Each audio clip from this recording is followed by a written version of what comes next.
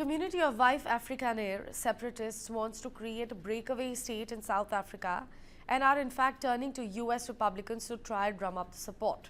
Although President Donald Trump has offered them an asylum in the United States, they say that misses the point.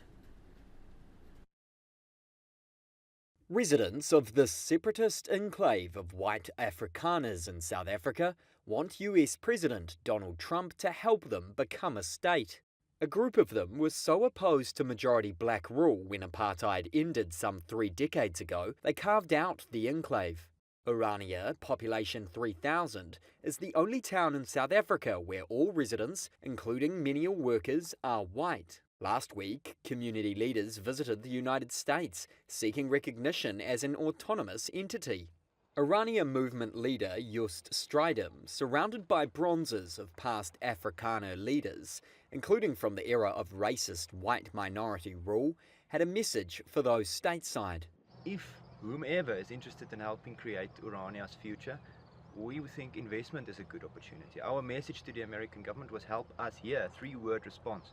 It was not to say help us here by giving us American tax dollars so that we can just, do whatever. Trump offered in February to resettle white South African farmers and their families as refugees. Strydom said that wasn't the point. We are glad that we are recognized as a people, but we don't want to be refugees in another man's land.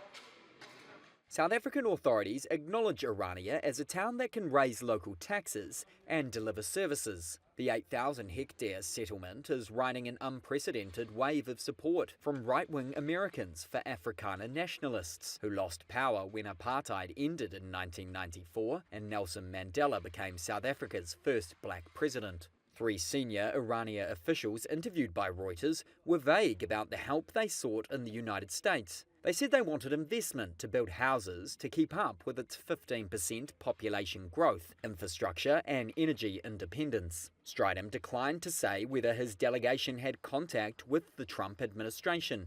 The US State Department did not immediately respond to a request for comment.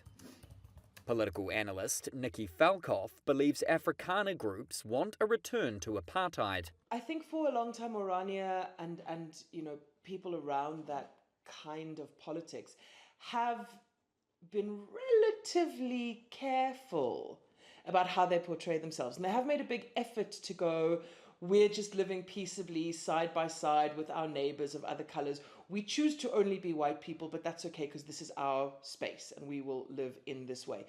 And what's happened now, I think, has emboldened them slightly more to go, no, well, actually, we would like apartheid back, please. Some US right-wingers have sought to align with Afrikaners in their opposition to diversity policies. South Africa's black empowerment laws have been ridiculed by Trump's South African-born advisor, Elon Musk. A third of all South Africans are out of work, most of them poor blacks.